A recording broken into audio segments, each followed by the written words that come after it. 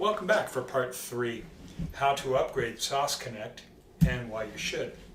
If you haven't seen the first 2 videos, you should.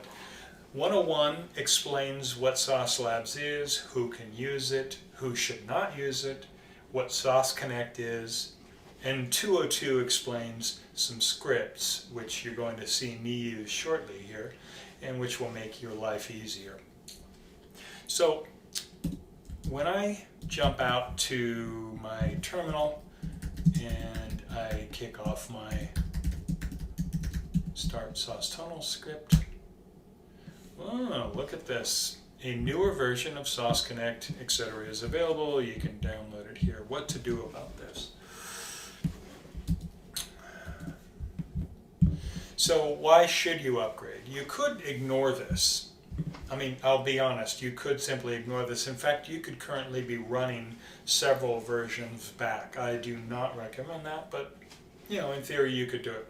So I want to make the case for upgrading. It's easy, it's free, it is safe. That is to say, in all of my SOS Labs years, I can't recall a single incident of a SOS Connect binary being at the root cause of any issue. And then lastly, your security team will thank you. Again, this is a secure proxy that's running on your machine and that is enabling traffic through your firewall to your test environments. And why not be secure? Why not as secure as possible? Even if you're running several versions back, you're probably safe, but why not be as safe as possible? You could think of this as like a car, and if you have a car that's 10 years old, it is lacking the safety features that are common to most cars today. And if you have a number of versions back, well, they've most likely had some security upgrades since then. So I would argue that for the security reasons alone, it may be worth the upgrade. But beyond that, it's easy, it's free, and it's not going to cause you any trouble.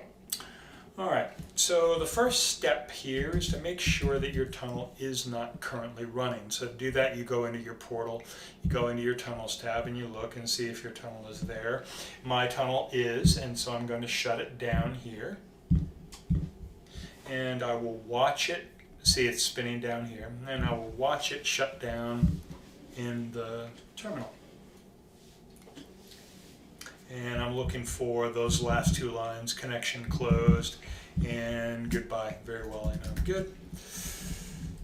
All right, now we have to decide where we're going to keep these SOS Connect binaries on our machine. So, and I specify the full path to them in a startup script, which is optional. And then you have to decide whether you're going to archive the previous version. That is also optional. You will see that I do that.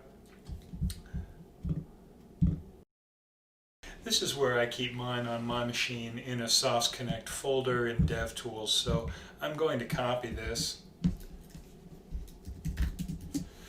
And then I need to go to my browser and make sure that my browser downloads. Yeah, there it is. Users there. Okay. So you want to make sure that your browser is downloading to that location. Now we want to jump back out to that terminal and copy this path, and then we can paste that into another browser tab and the download will begin automatically. Let us show it in Finder and then let us unzip it.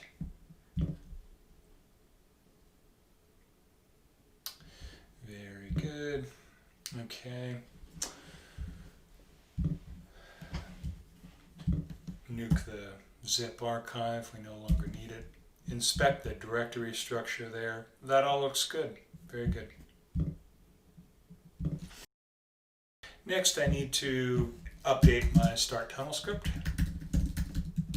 Again, the script is optional, but in this case it's very simple. I just changed 462 to 463. A side note here, if you're doing a video like this, you don't want to display your API key in the clear. And now that we have upgraded from 462 to 463, let's launch our script again. And now you will notice there is no prompt to upgrade the SOS Connect version. We are running the latest version. Also want to call out this info line is nothing to be concerned about. This green and its info, nothing to be concerned about there. Okay, now the tunnel has spun up, and we see in the Tunnels tab that it has spun up. One last thing to do, first time as a brand new tunnel version, I would go to live testing and to cross-browser, and what we're going to do is do a quick live test through our new tunnel and just make double sure that it works. If we can do this, we know absolutely for sure that our tunnel is up and running and it's doing everything properly. Now, I'm using desktop here, that's fine. I'm using Windows 10 and Edge just because I'm on a Mac, and I think it's so cool that I can easily spin up a VM of a different platform. But really it doesn't matter. The OS browser combination doesn't matter. What does matter is this: you do need to specify a starting URL that is behind your corporate firewall in order for this last test to be valid, and you also need to specify your tunnel. Let's start a session. And the idea here, now it's spinning up a VM, Windows 10 VM, and then it'll fire off Microsoft Edge. Now the idea here is if you can get to your test environment, which is behind a firewall, and interact with it in the simplest way, just type a single character into a single field, then you're good. You know that your SOS tunnel is up and running on your latest version. And there we are. If I can enter an area code in here, I'm going to call it good. And there we are. So now we know that for sure we have a new, latest version SOS Connect tunnel running, and we can hit our firewall. So that's it. We are upgraded and we are done.